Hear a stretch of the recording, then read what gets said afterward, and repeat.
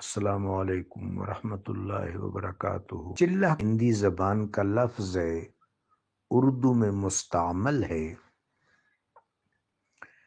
اور چلہ میں دو معنی ہیں، ایک زمان کے معنی ہے اور ایک مکان کے معنی ہے۔ مکان سے مراد ہے دائرہ۔ جس وقت کوئی شخص، کوئی سالک چلہ کشی کرتا ہے تو دائرہ کھینچ لیتا ہے، یہ مکان ہے۔ چونکہ کسی جگہ وہ بیٹھتا ہے، اپنے ارد گرد ایک حالہ اور ایک دائرہ کھینچتا ہے، یہ مکان ہے چلہ کش کے لیے۔ اور 40 دن زیادہ سے زیادہ اس کی مدت ہوتی ہے، تو وہ زمان ہے۔ اب اس میں بنیادی طور پر دو چیزیں کار فرما ہوتی ہیں، ایک خیال اور ایک ذکر، کہ چلہ کشی کے دوران سالک اپنے خیال کی بالیدگی، نزاکت، لطافت اور پاکیزگی کا خیال رکھے، اپنے خیال کو مرتکز کر لے، اپنے خیال کو محور دے دے، سینٹرلائز کر لے، فوکس کر لے۔ چلہ کے دوران خیال جتنا بالیدہ رہے گا، جتنا پاکیزہ رہے گا، جتنا شفاف رہے گا، مرتکز اور فوکس رہے گا، تو سالک اپنے مقصد کی باریابی میں انشاءاللہ کامیاب ہو جائے گا۔ اور اس حوالے سے شیخ کامل کی رہنمائی اور شفقت بہر صورت درکار ہے۔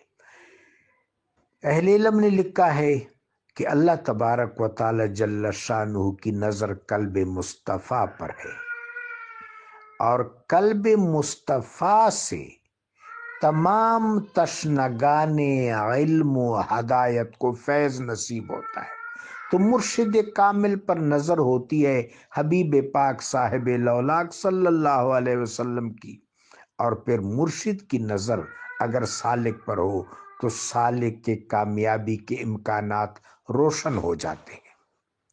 لیکن تصوف کی جو پراپر اصطلاح ہے وہ چلہ کشی نہیں ہے، چلہ کشی پر قدغن نہیں ہے۔ چلہ کشی ایک مندوب عمل ہے، اگر آداب کے مطابق ہو، شیوخ کی اجازت سے ہو، صاحبان ارشاد کے اجازت سے ہو، تو پھر یہ ممدوح عمل ہے، مندوب عمل ہے، مستحسن عمل ہے۔ اور اس سلسلہ میں خیال کو جو ارتکاز نصیب ہوتا ہے، وہ ارتکاز سالک کے لیے ایک سرمایہ ہے۔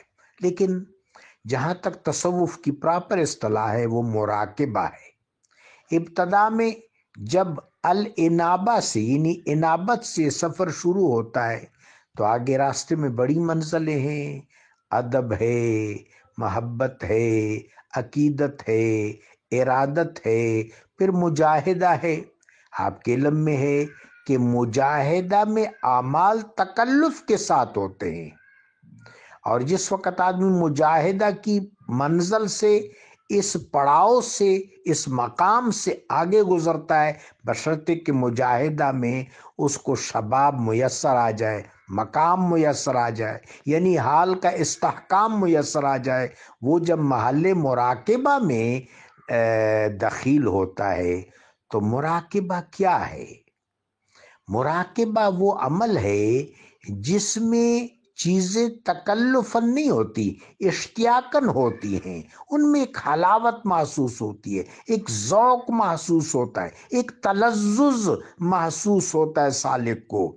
مراقبہ کا لفظ رقبہ سے نکلا ہے، رقبہ گردن کو کہتے ہیں، اس لیے کہ مراقبہ کے آداب یہ ہوتے ہیں کہ سالک کہیں گوشہ نشین ہو جاتا ہے، دو زانوں بیٹھ جاتا ہے، اپنی گردن جھکا لیتا ہے، استغراق کرتا ہے اور میڈیٹیشن کرتا ہے، اور یہ رقیب کے ساتھ جڑا ہوا عمل ہے۔ اللہ تبارک و تعالی جل وعلا کے حسین ناموں میں سے ایک نام رقیب ہے، نگہبان، یعنی سالک آداب کے ساتھ، عجز و نیاز کے ساتھ بیٹھ جاتا ہے، اپنی گردن جھکا لیتا ہے۔